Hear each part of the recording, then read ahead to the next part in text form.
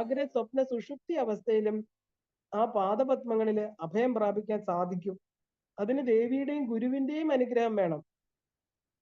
എന്താണ് നമ്മൾ കേട്ടിട്ടുള്ള വളരെ പ്രശസ്തമായിരിക്കുന്ന ഒരു ദോഹ? ഗുരു ചരണാംബുജ നിർഭര ഭക്ത സംസാരാത് അചിരാത് ഭവമുക്ത. ആർക്കാണോ ഗുരുചരണത്തില് എന്താ പറയാ നിർഭരമായിരിക്കുന്ന പൂർണ്ണ ഭക്തിയുള്ളത്, അവന് സംസാരം വളരെ പെട്ടെന്ന് കടന്നു പോകാൻ സാധിക്കും. അപ്പൊ നമ്മുടെ പ്രവൃത്തികളെ വാസനകളെ എല്ലാം തന്നെ എന്താ സബ് കോൺഷ്യസ് മൈൻഡില് അത് ആണ് ഊന്നിയിരിക്കുന്നത്. അല്ല നമ്മൾ പെട്ടെന്നുള്ള ചിന്തയൊന്നും നമുക്ക് പറയാൻ പറ്റില്ല, നമുക്ക് അങ്ങനെ തോന്നും. പക്ഷെ ഈ പറഞ്ഞ വാസനകളെല്ലാം എവിടെയാ? നമ്മുടെ ചിത്തത്തിലാണ്. അപ്പൊ നമ്മുടെ കോൺഷ്യസ് മൈൻഡിന് ഇതെല്ലാം അറിയാം. കാരണം അതിനെ നിയന്ത്രിക്കാൻ അറിയില്ല. കാരണം നമുക്ക് അറിയാത്ത ഒരു എന്താ പറയാ വലിയ ഒരു ഹാർഡ്വെയർ ഡിസ്ക് ഉണ്ട്. അതിനെയാണ് നമ്മൾ സബ് കോൺഷ്യസ് മൈൻഡ് എന്ന് പറയുന്നത്. അത് നിറച്ച് എന്താണ്? എക്സ്പീരിയൻസസ് ആണ്, മെമ്മറീസ് ആണ്, ഇമേജസ് ആണ്. എവിടുന്നാ അത് വന്നത്? നമ്മുടെ പാസ്റ്റ് ജന്മങ്ങളിൽ നിന്ന്, അല്ലെ? From infinite past lifes. ഇതാണ് നമ്മുടെ പേഴ്സണാലിറ്റി എന്ന് പറയുന്നത്. ഒരു സ്ത്രീക്ക് ശരിക്കും പറഞ്ഞാല് ക്ലസ്ട്രോഫോബിയ എന്നുള്ള അസുഖം കൊണ്ട് ഡോക്ടറിനെ കാണാൻ വന്നു. അപ്പൊ അടച്ചിട്ട കഥകൾക്കുള്ളിൽ അവർക്ക് ഭയങ്കരമായിട്ട് അവർ വിയർത്ത് അവര് ഭയന്ന് നിലവിളിക്കും. അതാണ് അവരുടെ അസുഖം. അന്വേഷിച്ച് വന്നപ്പോ ഇവർക്ക് 4 വയസ്സുള്ളപ്പോ ഒരു ലിഫ്റ്റില് തനിയെ കയറിപ്പോയി. ഇടയ്ക്ക് കറണ്ട് നിന്നപ്പോ അരമണിക്കൂർ അതിനുള്ളിൽ കുരുങ്ങി അവർ ഭയന്നു പോയി. ഇത് കോൺഷ്യസ് തലത്തിൽ നടന്നതാണ്. പക്ഷെ കാലങ്ങൾ കടന്നുപോയി, കഥകളെല്ലാം മാറി, അവരുടെ പാസ്റ്റ് മെമ്മറി ആയിട്ട് തീർന്നു അത്. എന്നാലും അതിന്റെ ആ ഒരു എന്താ പറയാ ഇംപ്രഷൻസ്, അതിന്റെ ഇംപ്രിൻസ് അവരുടെ സബ് കോൺഷ്യസ് മൈൻഡിലെ പാടുകൾ ഉണ്ടാക്കി. അത് ഭയമായിട്ട് വെളിപ്പെട്ടു. അടച്ച മുറികളെ അവർ ഭയപ്പെട്ടു. അപ്പൊ ഇതിന്റെയൊക്കെ റൂട്ട്സ് എവിടെയാണ്? ഈ റൂട്ട്സ് എന്ന് പറയുന്നത് സബ് കോൺഷ്യസ് മൈൻഡാണ്. അപ്പോൾ എവിടെ നിന്നാണ് കർമ്മം ചെയ്യാൻ പ്രേരണ വരണമെന്ന് നമ്മൾ ചിന്തിക്കണം. ഇതിനാണ് നമ്മൾ ചിത്തശുദ്ധി സാധനയിൽ എന്തുകൊണ്ട് നമുക്ക് ഉറയ്ക്കാൻ പറ്റുന്നില്ല, ചിത്തശുദ്ധി വരുത്തൂ എന്ന് പറയാൻ കാരണം ഈ കർമ്മത്തിന്റെ പ്രേരണ വരുന്നത് മുഴുവനും നമ്മുടെ ചിത്തം, അതായത് സബ് കോൺഷ്യസ് മൈൻഡിൽ നിന്നാണ്. ഒരു ഷിപ്പ് ക്യാപ്റ്റൻ അതിന്റെ ഡക്കിലിരുന്ന് ഓരോ ഓർഡർ കൊടുക്കും, അല്ലെ? ഷിപ്പിന്റെ അടിയിലെ ആ ഒരു എന്താ പറയാ എഞ്ചിൻ റൂമിലെ വർക്കേഴ്സ് ആണ് അതനുസരിച്ച് ജോലി ചെയ്യുന്നത്. ക്യാപ്റ്റൻ എന്ന് പറയുന്നത് ആര്? ഈ ക്യാപ്റ്റൻ നമ്മുടെ ശരീരമാണ് ഷിപ്പ് എന്ന് വെക്കൂ. ക്യാപ്റ്റൻ നമ്മുടെ കോൺഷ്യസ് മൈൻഡ് ആണ്. അപ്പൊ ക്രൂ എന്ന് പറയുന്നത് ആ ജോലി ചെയ്യുന്ന വർക്കേഴ്സ് ആരാ? നമ്മുടെ സബ് കോൺഷ്യസ് മൈൻഡ്. അപ്പോ നമ്മുടെ ആ ഒരു കോൺഷ്യസ് മൈൻഡില് സദാ എനിക്ക് പറ്റില്ല, അറിയില്ല, കഴിവില്ല, ഞാൻ തോക്കും എന്ന് പറയുമ്പോ അതെന്തായി? നമ്മൾ കോൺഷ്യസ് ആയിട്ട് പറയുമ്പോ അത് സബ് കോൺഷ്യസ് മൈൻഡില് അത് അങ്ങനെ ഒരു പ്രോഗ്രാം ഉണ്ടാക്കും. പിന്നെ അത് എന്ത് ചെയ്യും? എന്ത് ചെയ്യുമ്പോഴും ഒരു പോസിറ്റീവ് വൈബ് അവിടെ നിന്ന് വരില്ല. കാരണം നമ്മളിത് സദാ പറഞ്ഞുകൊണ്ടിരിക്കുന്നതെല്ലാം കുറച്ചു കാലം നമ്മൾ മറന്നുപോയെന്നിരിക്കാം, പക്ഷെ അവിടെ സ്റ്റോർ ചെയ്യുന്ന ഒരു സ്ഥലമുണ്ട്. അപ്പോ അവിടെ നിന്ന് നമുക്ക് എപ്പോഴും എന്താ വരുന്നത്? ഏത് കാര്യം ചെയ്യുമ്പോൾ ഇത് നിന്നെ കൊണ്ട് പറ്റുമോ, ഇതിങ്ങനെ ചെയ്യരുത്, ആ ഒരു നെഗറ്റീവ് വൈബ്സ് ആയിരിക്കും, ആ വൈബ്രേഷൻ ആയിരിക്കും നമ്മളെ താഴ്ത്തുന്നത്. കാരണം നമ്മൾ എന്ത് ചെയ്യാനും നമുക്കൊരു കോൺഫിഡൻസ് ഇല്ലാതെ പോകും. അപ്പോ കോൺഷ്യസ് മൈൻഡിൽ എപ്പോഴും എന്താ വേണ്ടേ? ശക്തിയുള്ള, പോസിറ്റീവ് ആയിരിക്കണം, സന്തോഷം നിറഞ്ഞ ഒരു വൈബ്രേഷൻ നമുക്ക് ഉണ്ടായിരിക്കണം. അപ്പൊ അങ്ങനെ ആകണമെങ്കിൽ ഈ ശരീരമാകുന്ന ഷിപ്പിന്റെ ഉടമസ്ഥനെ നമ്മൾ തിരിച്ചറിയണം, അല്ലേ? എല്ലാം അവിടെ ഏൽപ്പിക്കണം. ഈ ശരീരത്തിന് ഒരു ഉടമസ്ഥനുണ്ട്. അവസാഗരത്തിൽ പോകുന്ന ഒരു കൊച്ചു ഷിപ്പാണ് നമ്മുടെ ശരീരം, അല്ലേ? അപ്പൊ നമ്മള് ദേവിയുടെ പാദങ്ങളായിരിക്കുന്ന പോതങ്ങൾ, അതായത് ആ ഒരു ശരണാഗതി ചെയ്യണമെന്ന് സാധാരണ പറയാറുണ്ട്, അല്ലേ? അമ്മയുടെ ആ പാദങ്ങളാകുന്ന ആ ഒരു എന്താ പറയാ ശരണാഗതി, അതിൽ കയറി വേണം നമുക്ക് അപ്പുറത്ത് കടക്കാൻ. അപ്പൊ നമ്മുടെ ഈ പറഞ്ഞ ഷിപ്പിന്റെ കൺട്രോൾ ആരാ? നമ്മുടെ ശരീരത്തിന്റെ ക്യാപ്റ്റൻ ആരാ? ആ ഉടമസ്ഥൻ ആരാ? സാക്ഷാൽ ഭഗവാനാണ്, അല്ലെങ്കിൽ പരാശക്തിയാണ്, നമ്മുടെ ഈശ്വരനാണ്. അപ്പൊ അതിനെ തിരിച്ചറിഞ്ഞാൽ എന്താ? നമ്മളെ എങ്ങോട്ട് വേണമെങ്കിലും ഷിപ്പ് പൊക്കോട്ടെ, അല്ലെ? നമുക്ക് ആ ഒരു കൺട്രോൾ ആരുടെയിൽ കൊടുക്കണം? ഭഗവാനി കൊടുക്കണം. ഉത്തരേത് ആത്മനാത്മാനം ന ആത്മാനം അവസാദേത് ആത്മൈവ ആത്മനോ ബന്ധുഹു ആത്മൈവ രിപുരാത്മനഃ. മനസ്സിനെ എങ്ങനെ ആക്കണം എന്ന് നമ്മൾ തീരുമാനിക്കണം, അല്ലെ? നാം സദാ നമ്മളോട് സംസാരിക്കണം. എന്താ ഞാൻ എന്താ പറയാ നമ്മൾ സാധാരണ എന്താ പറയണത്? എനിക്ക് എന്താ ഈ ദുഃഖം വന്നത്? ഞാൻ ദുഃഖിയാണ്, എത്ര ജന്മങ്ങളായിട്ട് ഞാൻ ഈ ദുഃഖങ്ങൾ കൊണ്ട് നടക്കണു, എന്തിനാണ് എനിക്ക് ഈ ശരീരം കിട്ടിയത്? ഇല്ലെങ്കിൽ പറയും ഞാൻ ഭയങ്കര നല്ല ആളാണ്, ഞാൻ സുഖിയാണ്, എനിക്ക് ഭഗവാൻ എല്ലാം തന്നിരിക്കുന്നു. ഈ പറയുന്നൊക്കെ ആരോടാ? നമ്മളോട് തന്നെയാണെന്ന് മറന്നു പോകരുത്. അത് നമ്മളിലെ ആ ഒരു എന്താ പറയാ ചിത് സ്വരൂപിണിയായിരിക്കണം, ആ ചിത് ശക്തിയായിരിക്കണം, അമ്മയോടായിരിക്കണം നമ്മൾ പറയുന്നത്. ഈ ഞാനെന്ന് പറയുന്നത് അമ്മയാ. അപ്പൊ അമ്മയെ സദാ ചിന്തിക്കുന്നത്, ആ അമ്മയെ ചിന്തിച്ചുകൊണ്ടിരുന്ന നമുക്ക് എന്താ വരിക? ഐശ്വര്യം, അല്ലെ?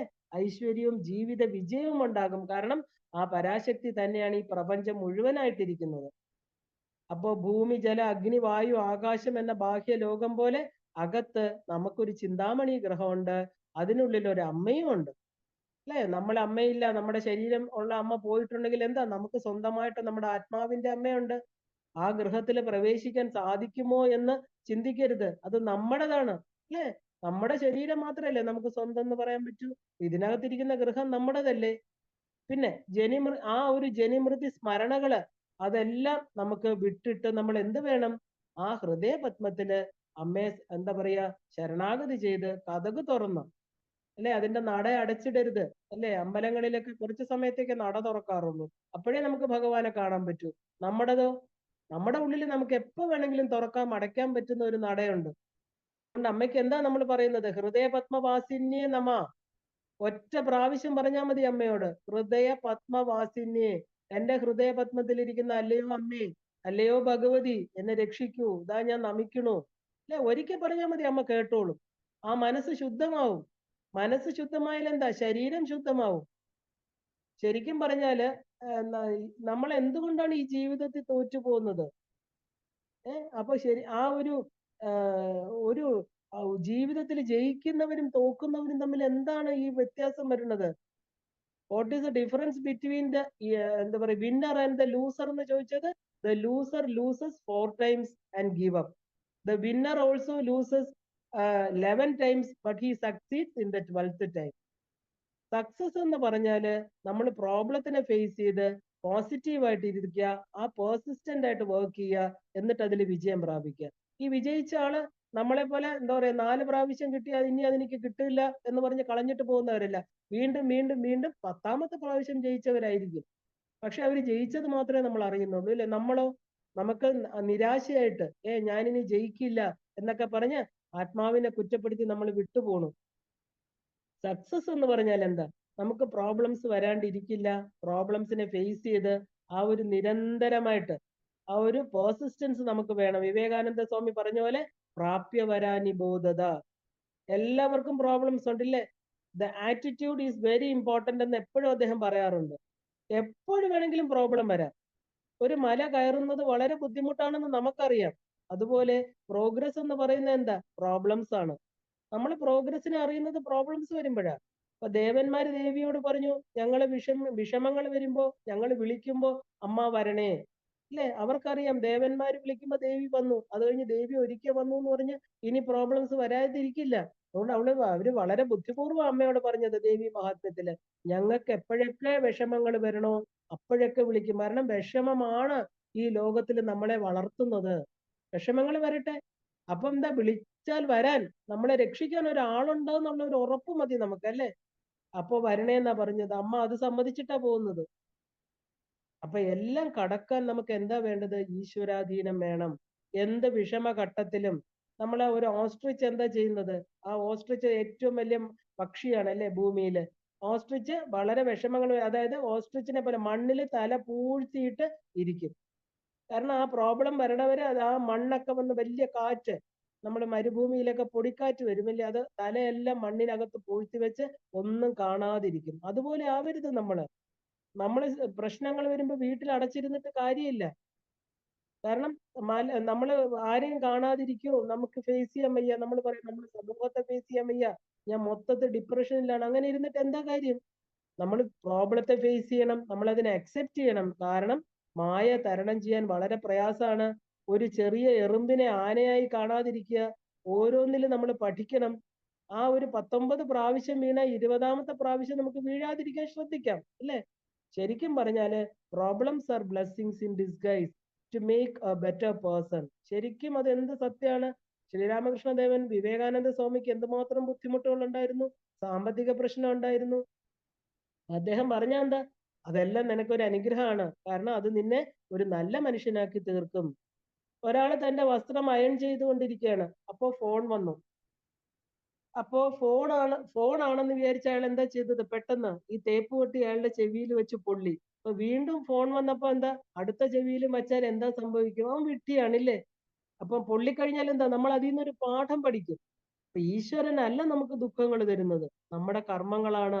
അത് നമ്മൾ തിരിച്ചറിയണം. അപ്പോൾ അത് ആവർത്തിക്കാതെ ഒരു സാധനയിലൂടെ ഇഷ്ടദേവതയെ കൈപിടിച്ച് നമ്മൾ നടക്കണം. ശരിക്കും പറഞ്ഞാല് എല്ലാവർക്കും ശരിക്കും ആ ഒരു സ്പിരിച്വൽ ഇന്റലിജൻസ് എന്ന് പറയുന്നത് എന്താ, ഇഷ്ടദേവതയെ നമ്മൾ കണ്ടെത്തണം. ആ ഈശ്വരനിൽ ശരണാഗതി ചെയ്ത് അമ്മയുടെ കൂടെ നമ്മൾ വിളിച്ച നമ്മുടെ അടുത്ത് വരാൻ തക്കോണം നമ്മൾ പാകപ്പെട്ടിരിക്കണം മനസ്സ്. അത്രത്തോളം അമ്മയുമായിട്ട് അടുപ്പം വേണം നമുക്ക്. കാരണം this is the spiritual intelligence in difficulties and hardships അല്ലേ. ശരിക്കും ഇതെന്താ, നമുക്ക് ഒരു നമ്മുടെ ജീവിതത്തിലെ ഗ്രോത്ത് ആൻഡ് പ്രോഗ്രസ്, നമുക്ക് വളർച്ച ഉണ്ടാവണമെങ്കിൽ ഇതുണ്ടാവണം. അതിനെന്താ വേണ്ടത്? Right attitude to life. Right attitude is like, എന്താ പറയാ, ആ ഒരു നമ്മള് സ്വന്തമായിട്ട് ആ റൈറ്റ് ആറ്റിറ്റ്യൂഡ് എന്ന് പറഞ്ഞാൽ നല്ല ഒരു കാഴ്ചപ്പാട് ഉണ്ടാവണമെങ്കിൽ എന്താ, നമ്മള് നമ്മളിൽ വിശ്വസിക്കണം. ബിലീവിങ് ഇൻ വൺ സെൽഫ് ഇല്ലെങ്കിൽ അവർ സെൽഫ് അല്ലെ. നമ്മുടെ ആ ഇന്നർ ശക്തിയെ, ആ ഒരു ഇന്നർ ശക്തി നമ്മളെ നോക്കിക്കൊണ്ടിരിക്കുകയാണ്. നമ്മളെ എപ്പോഴും നോക്കി നമ്മളെ വാച്ച് ചെയ്ത് നമ്മളെ സ്നേഹിക്കുന്ന ആ ഒരു ശക്തി നമ്മുടെ ഉള്ളിലുണ്ട്. അതിന് സറണ്ടർ ചെയ്യണം. അപ്പൊ നമ്മ സാധാരണ ഒരു ഒരു എന്താ പറയാ, ഒരു എന്താ പറയാ ചൊല്ല് നമ്മൾ കേട്ടിട്ടുണ്ട്, ആലസ്യം ഹി മനുഷ്യാണാം ശരീരസ്തു മഹാരിപു. നമ്മുടെ മഹാരിപു, നമ്മുടെ ഏറ്റവും വലിയ ശത്രു എന്താ? ആലസ്യം. മനുഷ്യന്റെ ഉള്ളിൽ തമോ ഗുണം, ഇതാണ് ശരീരത്തിലിരിക്കുന്ന ഏറ്റവും വലിയ നമ്മുടെ ശത്രു. അത് നമുക്ക് തന്നെ അറിയാം അല്ലേ. അപ്പൊ നമ്മൾ എന്താണ് ചെയ്യേണ്ടത്? പക്ഷെ അതിന് നമ്മളൊന്നും ചെയ്യുന്നില്ലല്ലോ. അപ്പൊ ഇത് നമ്മുടെ ആ ഒരു റിയാലിറ്റി ആണെന്ന് നമുക്കറിയാം, പക്ഷെ ചെയ്യുന്നില്ല. അപ്പൊ മനസ്സും ശരീരവും തമ്മിൽ അഭേദ്യമായിട്ടുള്ള ബന്ധം ഉണ്ടെന്ന് അറിയണം. ഈ രാക്ഷസന്മാരുടെ നമ്മുടെ മനസ്സിന്റെ മാസ്റ്റേഴ്സ് ആവാൻ നമ്മൾ സമ്മതിക്കരുത്. കാരണം നിന്ന് രക്ഷപ്പെടാൻ പറ്റില്ല. അപ്പൊ നമ്മുടെ ആ ഒരു പോസിറ്റീവ് തോട്ട്സ് പോലും പിന്നെ ഇല്ലാതാകും. നമ്മൾ കണ്ടിട്ടില്ലേ, എന്തുകൊണ്ടാ തെറ്റ് ചെയ്തവർ വീണ്ടും വീണ്ടും ജയിലിൽ നിന്ന് ഇറങ്ങിയ ഉടനെ അവർ അടുത്തവരെ കൊല്ലാൻ പോവുക. അപ്പൊ അവരുടെ മനസ്സെന്ന് പറഞ്ഞ ഒരിക്കലും അവര് മാറ്റം വരുന്നില്ല. മനസ്സും ശരീരവും നമ്മുടെ സർവൻസ് ആവണം. കാരണം ഇത് സോളിന്റെ ആ ഒരു എന്താ പറയാ, നമ്മുടെ ആത്മാവിന്റെ എക്സലൻസ് എന്ന് പറഞ്ഞാൽ എന്താ, ശരിക്കും പറഞ്ഞാൽ ആ ഒരു ബെസ്റ്റ് ഫിസിക്കൽ മെന്റൽ എബിലിറ്റിയാണ് നമ്മൾ എക്സലൻസ് എന്ന് പറയുന്നത്. അപ്പൊ മനസ്സെന്നത് എന്താ, ആ ഒരു മെറ്റീരിയൽ എനർജി ആയിരിക്കുന്ന മായയാണ്. അത് ത്രിഗുണാത്മികയാണ്. സത്യത്തില് ആ ഒരു നമ്മള് ആ ഒരു സത്വത്തിൽ എപ്പോഴും നമ്മൾ ഇൻസ്പയർഡ് ആയിരിക്കണം. രാജസത്തിൽ വിചാരിക്കും നമ്മൾ സ്പിരിച്വാലിറ്റി നല്ലത് തന്നെ എന്നൊക്കെ അല്ലെ. പക്ഷെ ഭോഗവും വേണം, അത് കഴിഞ്ഞു മതി മറ്റേത് എന്ന് നമ്മൾ ചിന്തിക്കും. നമ്മൾ എല്ലാവരും കേട്ടിട്ടുണ്ട്, നമ്മുടെ അച്ഛനമ്മമാരോ ബന്ധുക്കളോ, എന്തിനാ ഇത്രയും കൂടുതൽ നീ ഈശ്വരന്റെ പിറകെ നടക്കുന്നത്? നീ നിന്റെ ജീവിതം ആസ്വദിക്ക് അല്ലെ, നീ സുഖമായിട്ട് ജീവിക്കുക. അത് കഴിഞ്ഞ് നിനക്ക് പ്രായം കണ്ണു കണ്ടുകൂടാതെ നടക്കാൻ പറ്റാതെയൊക്കെ വരുമ്പോൾ നിനക്ക് ഈശ്വരനെ ആശ്രയിക്കാം, അത് മതി. ഒരു കൊച്ചുകുട്ടി എപ്പോഴും അമ്പലത്തിൽ പോയി ഇല്ലെങ്കിൽ എപ്പോഴും ഇരുന്ന് ഈശ്വര കാര്യങ്ങൾ കേട്ടു ഉടനെ ഭയമാണ്. നമ്മൾ ആ കുട്ടിയോട് എന്താ പറയുന്നത്? എന്താ നീ ഇങ്ങനെ, നീ കൊച്ചല്ലേ, നീ എന്താ, നിനക്ക് സുഖമൊന്നും വേണ്ടേ, നിനക്ക് ജീവിതത്തിൽ വേണ്ടേ, കല്യാണം കഴിക്കണ്ടേ, ജോലി മേടിക്കണ്ടേ? നമ്മൾ തന്നെയാണ് അവന്റെ മനസ്സിനെ പൊല്യൂട്ട് ചെയ്യുന്നത്. അപ്പൊ കുട്ടി എന്താ വിചാരിക്കുന്നത്? ഇതൊക്കെ നമ്മൾ തമസിൽ വിചാരിക്കുന്നതാ. നമ്മളെ കാണാത്ത ഒരു എൻറ്റിറ്റിയാണ് ഈശ്വരൻ എന്ന് പറയുന്നത് അല്ലെ.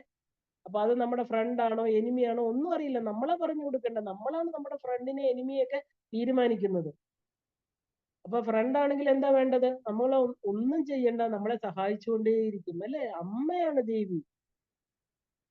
അപ്പോ നമ്മൾ എന്താ, നമ്മളെപ്പോഴും കമ്പയർ ചെയ്തിട്ട് നമ്മുടെ കൂടെ ഉള്ളവരെല്ലാം ഒന്നും ചെയ്യണില്ല, അവര് അമ്പലത്തിൽ പോകുന്നില്ല, അവരെന്താ പറയാ, അവര് വ്രതം നോക്കുന്നില്ല, അവര് സത്സംഗങ്ങളിൽ പങ്കെടുക്കുന്നില്ല, അവരൊക്കെ നന്നായിട്ട് ജീവിക്കണു, ഞാൻ മാത്രം എന്താ ഇങ്ങനെ കഷ്ടപ്പെടുന്നത് അല്ലെ. ഞാൻ ഇങ്ങനെ സാധനയൊക്കെ ചെയ്യുന്നു, അതിനെതിരെ യുദ്ധം ചെയ്ത് എന്താ പറയാ, അതിനെ മറികടക്ക, എനിക്ക് മാത്രം പ്രോബ്ലംസ് വരുന്നു. ശരിക്കും പറഞ്ഞാല് ഡെയിലി സാധന അല്ല മനസ്സും ബുദ്ധിയും ഉണ്ടാക്കുന്നത്. ഡെയിലി സാധന എന്താ നമുക്ക് ചെയ്യുന്നത്? നമ്മുടെ മനസ്സിനെ ശുദ്ധീകരിക്കുക ചെയ്യുന്നത്. നമ്മൾ കൊണ്ടുവന്ന അഴുക്ക് പിടിച്ച മനസ്സിനെ ശുദ്ധീകരിച്ച് ബുദ്ധിയെ ഷാർപ്പാക്കും. നിശ്ചയാത്മിക ബുദ്ധി. ശരിക്കും നമ്മൾ ഈ സാധന എന്ന് പറയുന്നത് ഫുഡ് ഫോർ ദ സോൾ ആണ്. Body is made up of mud. ഈ ശരീരം എന്ന് പറഞ്ഞ മണ്ണ്, പൃഥ്വിതത്വമാണ് ഇല്ലേ. അതിനാണ് നമ്മൾ ആഹാരങ്ങളൊക്കെ കൊടുക്കുന്നത്. മനസ്സെന്ന് പറയുന്നത് ഈശ്വരന്റെ ഒരു അംശം തന്നെയാണ് അല്ലെ. അപ്പൊ അത് ഫുഡ് ഫോർ ദ സോൾ എന്ന് പറഞ്ഞാൽ എന്താ, സാധനയാണ് അതിന് കൊടുക്കുന്ന ആഹാരം. നമ്മൾ ഈശ്വരനെ കുറിച്ച് ചിന്തിക്കുക. നമുക്ക് അതിനും ആഹാരം കൊടുക്കണം, അതിനെ പട്ടിണിക്ക് ഇടാൻ പറ്റില്ല, അതിന്റെ ശാപം കിട്ടും ഇല്ലേ, ആത്മശാപം. നമ്മുടെ ഉള്ളിലിരിക്കുന്ന ആത്മാവിനെ കുറിച്ച് നമ്മൾ ഒരിക്കലും ചിന്തിക്കാതിരുന്നാൽ എന്താ, അത് അവിടെ ഇരുന്നിരുന്നിരുന്ന് ഈ ശരീരത്തിൽ വന്നത് എന്തോ ഒരു മണ്ടത്തരായിപ്പോയി, കണ്ടില്ലേ, ഒരിക്കലെങ്കിലും അവൻ എന്നെ ചിന്തിക്കുന്നുണ്ടോ? കാര്യത്തിന് വേണ്ടി അമ്പലത്തിൽ പോകുന്നു, അവിടെ പോകുന്നു, ഇവിടെ പോകുന്നു, അല്ലെ? പക്ഷെ ഞാൻ ആരാണെന്ന് അവൻ അറിയാൻ താല്പര്യമില്ല.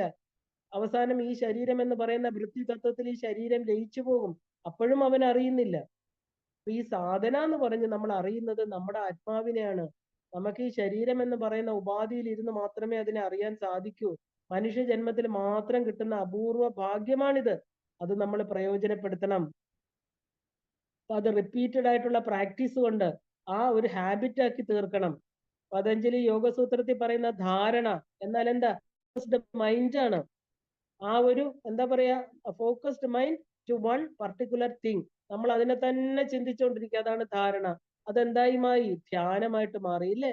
അത് മനസ്സ് ഈശ്വരനിൽ തന്നെ നിൽക്കും പിന്നെ. കാരണം ഏറ്റവും പോസിറ്റീവ് വസ്തു ഈശ്വരനാണ്. അതുകൊണ്ട് മനസ്സിന് ഏറ്റവും ഇഷ്ടം എന്താ? അവിടെ നിൽക്കാനാണ്. പക്ഷെ നമ്മൾ ചിന്തകൾ കൊണ്ട് വീണ്ടും വീണ്ടും പുറത്തേക്ക് പോകുന്നതാണ്. അപ്പൊ ധാരണ വന്നു കഴിഞ്ഞാല്, ഒരു ഫോക്കസ് വന്നു കഴിഞ്ഞാല് അത് ധ്യാനമായി. പിന്നെന്താ അടുത്തത്? അല്ലാതെ ധ്യാനം എന്ന് പറഞ്ഞ് നമ്മൾ ഉണ്ടാക്കിയെടുക്കുന്ന അല്ല, അത് നാച്ചുറലി വരേണ്ടയാ. അപ്പൊ സമാധി, അടുത്തത് സമാധിയാണ്. മനസ്സിനെ സദാ അതിൽ നിർത്തുന്നത് ആധി. നമ്മുടെ ബുദ്ധിയെ സമമായിട്ട് നിർത്തുക. അപ്പൊ ശരിക്കും പറഞ്ഞാല് ആ ഒരു നമ്മൾ ഡീപ്പായിട്ട് ചിന്തിക്കുകയാണെങ്കിൽ എന്താണ് ശരിക്കും പറഞ്ഞാല്, ആ ഒരു മനസ്സെന്ന് പറയുന്നത് നമ്മുടെ ഈശ്വരനില് അതിങ്ങനെ അട്രാക്ട് ചെയ്യില്ല, അത് ലയിച്ച് തീരുന്നത് നമുക്ക് മനസ്സിലാവാം.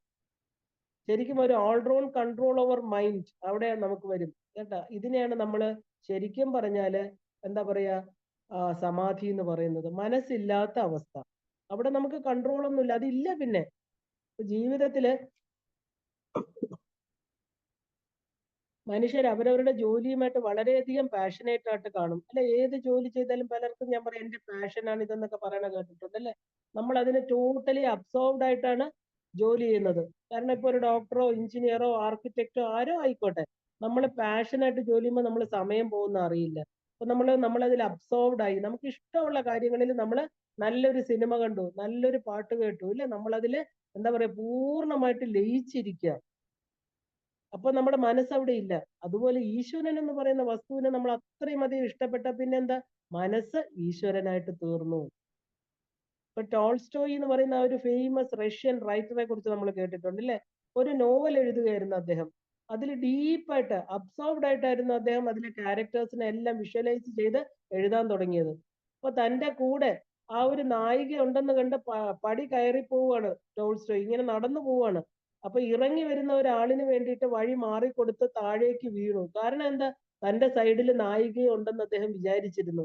ഇതിനെയാണ് നമ്മൾ വിഷ്വലൈസേഷൻ എന്ന് പറയുന്നത്. നമ്മുടെ കൂടെ ഉണ്ട്. അത് ഈ ധ്യാനത്തിനൊക്കെ നമ്മൾ വിഷ്വലൈസ് ചെയ്യുമെന്ന് പറയുന്നത് നമ്മൾ സാധാരണ വേറെ എവിടെയോ കാണുകയാണ്. നമ്മൾ അതായിട്ട് തീർന്ന് നമ്മുടെ കൂടെ ആൾ ഉണ്ട് എന്നുള്ളതിനെയാണ് ശരിക്കും വിഷ്വലൈസേഷൻ എന്ന് പറയുന്നത്. ഒരിക്കൽ രാമകൃഷ്ണ പരമഹംസൻ ഒരു രഥയാത്രയ്ക്ക് പോയി. അദ്ദേഹം താമസിച്ച് ചെന്നപ്പോ എന്താ പറയാ, രഥയാത്ര കടന്നു പോയിരുന്നു. അദ്ദേഹത്തിന് വളരെയധികം വിഷമായി. അപ്പൊ അവിടെ ഒരു ചിത്രം പെയിന്റ് ചെയ്തുകൊണ്ടിരുന്ന ആളോട് ചോദിച്ചു, രഥയാത്ര പോയി അല്ലേ എന്ന് പറഞ്ഞു.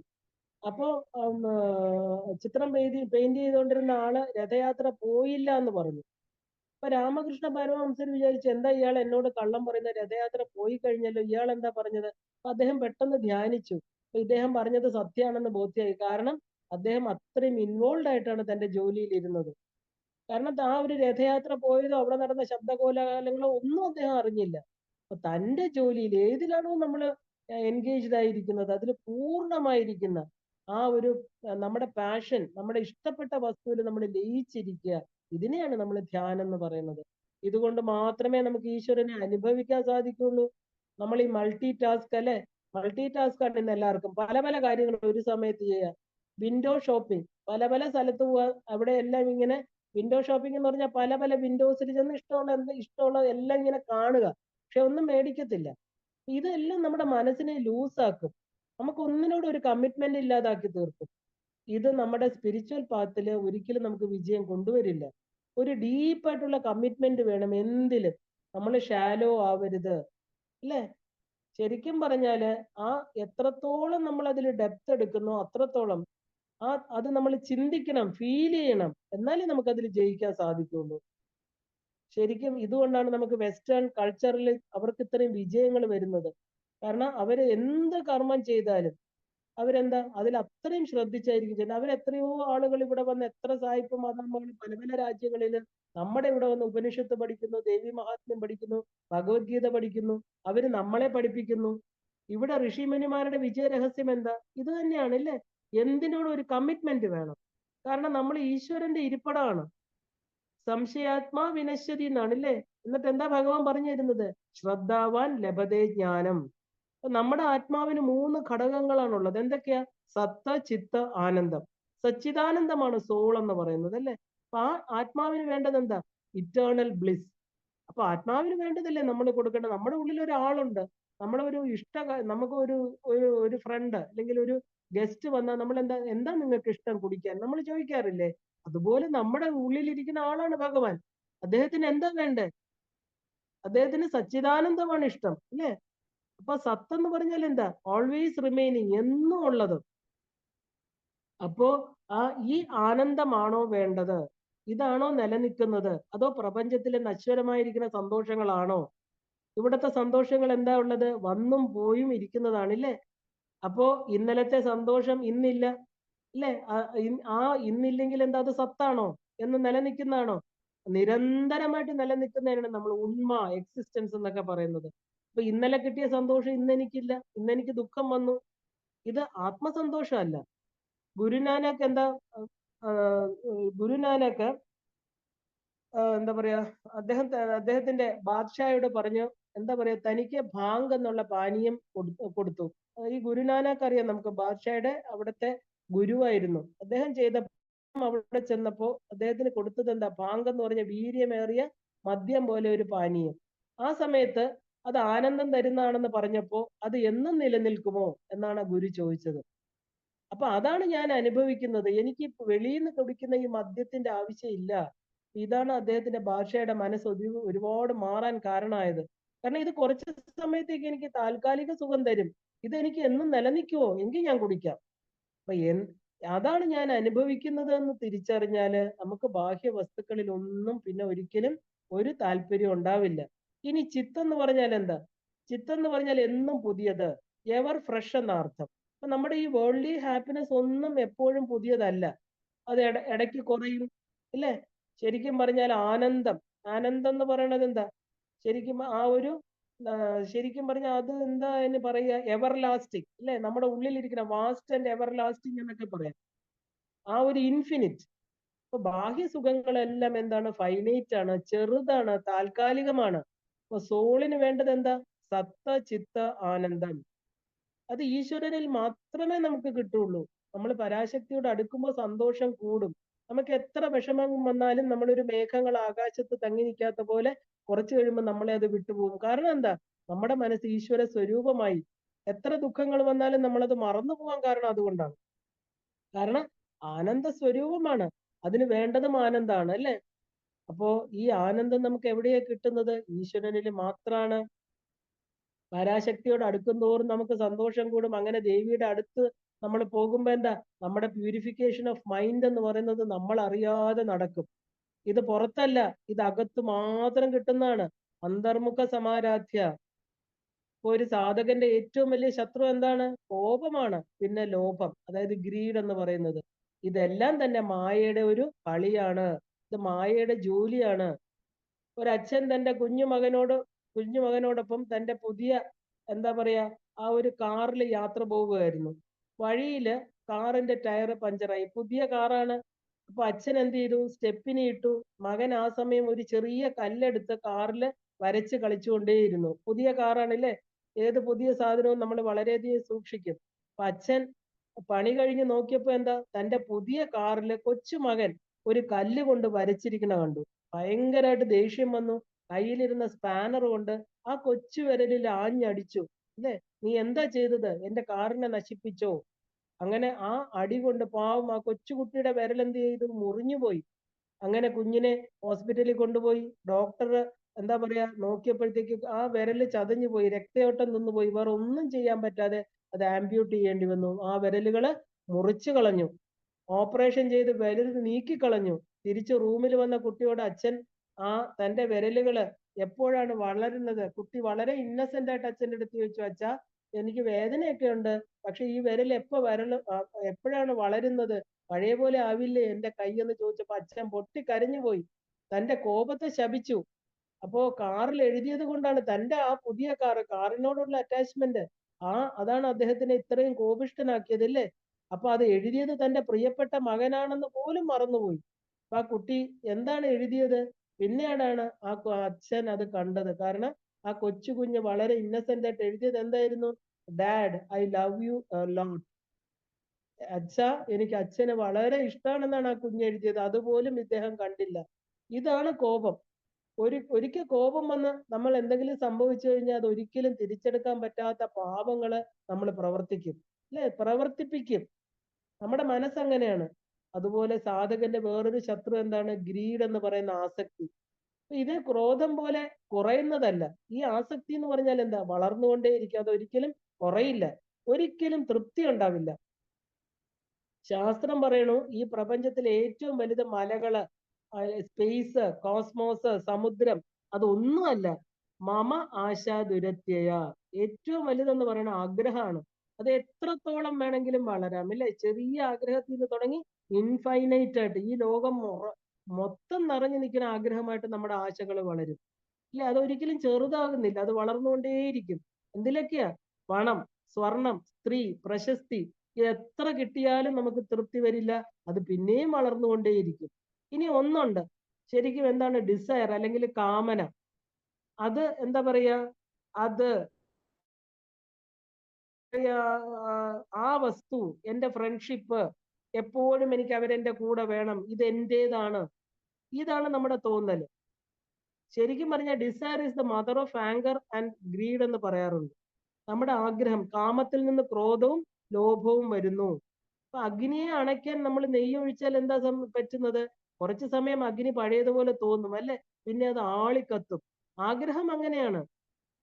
ശരിക്കും പറഞ്ഞ ഗ്രീഡ് എന്ന് പറഞ്ഞാൽ എന്താ? ഗ്രീഡ് ഈസ് ഇൻക്രീസ്ഡ് ഡിസയർ എന്നാ പറയുന്നത്. അപ്പൊ ആഗ്രഹങ്ങള് ഇല്ലെങ്കില് കോപം നമുക്ക് ഒരിക്കലും വരില്ല. ശരിക്കും നമുക്ക് കോപം വരാൻ കാരണം ആ പൊസസീവ്നെസ്, ആഗ്രഹം തന്നെയാണ്. നമ്മൾ ചിന്തിച്ചാൽ മനസ്സിലാകും. അതുകൊണ്ടാണ് ഭഗവാൻ വളരെ ക്ലിയർ ആയിട്ട് പറഞ്ഞിരിക്കുന്നത് എന്താ? ക്രോധാത് ഭവതി സമ്മോഹ, സമ്മോഹാത് സ്മൃതി ഭ്രംശക, സ്മൃതി ഭ്രംശാത് ബുദ്ധിനാശ, ബുദ്ധിനാശ പ്രണശ്യതി. വളരെ കറക്റ്റ് ആയിട്ട് ലൈനായിട്ട് ഭഗവാൻ പറഞ്ഞു വെച്ചിട്ടുണ്ട്, ഇല്ലേ? ഇപ്പൊ കാമങ്ങളാകുന്ന മനസ്സ്, അപ്പൊ നമ്മളത് എന്ത് വേണം? അതിനെ ദേവിയുടെ കയ്യിലെ കരിമ്പ് വില്ലാകട്ടെ. ആ ഒരു മനുഷ്യ ജീവൻ ശിവനാണ്, അല്ലെ? ബുദ്ധന്റെ ആ ഒരു ഗോൾഡൻ ട്രൂത്ത്സ് എന്ന് പറയുന്നത് എന്താ? 4 പറയാറുണ്ട്. ബുദ്ധന്റെ ആ ഒരു ശിഷ്യന്മാര് ഇതാണ് എന്താ പറയുക, ലോകത്തിന് കാണിച്ചു കൊടുത്തത്. എന്താണ്? ഒന്ന്, സഫറിങ്. നമുക്ക് ജന്മ മൃത്യു ജരാ വ്യാധി എന്നാ പറയുന്നത്. സഫറിങ്, ഇതിന് കാരണമുണ്ട്. ആഗ്രഹം, അതാണ് കോപത്തിന് കാരണം. ആഗ്രഹം ഇല്ലെങ്കിൽ കോപമില്ല. ഇതൊക്കെയാണ് ബുദ്ധന്റെ ഗോൾഡൻ ട്രൂത്ത്സ് എന്ന് പറയുന്നത്. അപ്പൊ ഭഗവാൻ കൃഷ്ണൻ പറയണു, നിർമ്മമോ നിരഹങ്കാരോ അജിരാത് പരമാം ശാന്തി ഗച്ഛതി. ആരാണോ മമത്വം ഇല്ലാതിരിക്കുന്നത്, അഹങ്കാരമില്ലാത്തത്, അവർക്ക് പതുക്കെ പതുക്കെ അവർക്ക് എന്താ? ആ ശാന്തിയും ഗച്ഛതി, അവര് ശാന്തിയിലേക്ക് ചെന്ന് ചേരും. ഇത് അനുഭവിക്കുന്നതിനായിട്ട് അനുഭവമുള്ള ആളിനെ ശരണാഗതി ചെയ്യണം, അല്ലേ? അതിനാണ് നമ്മുടെ ഗുരുപാദങ്ങള്. ആ ഒരു ഇന്നർ ഡാർക്ക്നെസ് ഇല്ലാതാക്കണം. അവിടെ പ്രകാശ ദീപത്തെ കത്തിക്കണം. അത് കാണിച്ചു തരുന്ന ആളിനെ, അല്ലെ? ജാപ്പനീസുകാർ എന്താ പറയുന്നത്? ജാപ്പനീസുകാര് ആ ഗുരുവിനെ പറയുന്ന പേരാണ് സെൻസി. ഫ്രഞ്ചുകാര് ട്യൂട്ടർ എന്ന് പറയും. ടിബറ്റൻസ് ലാമ എന്ന് പറയും. ബ്രിട്ടീഷുകാർ ഗൈഡ് എന്ന് പറയും. സാൻസ്ക്രിറ്റിലെ ഗുരു എന്ന് പറയും. അപ്പോൾ that personality will guide us to the light of knowledge. എന്ത് പഠിക്കണമെങ്കിലും നമുക്കൊരു എക്സ്പേർട്ടിൽ നിന്ന് വേണം പഠിക്കാൻ, ഇല്ലേ?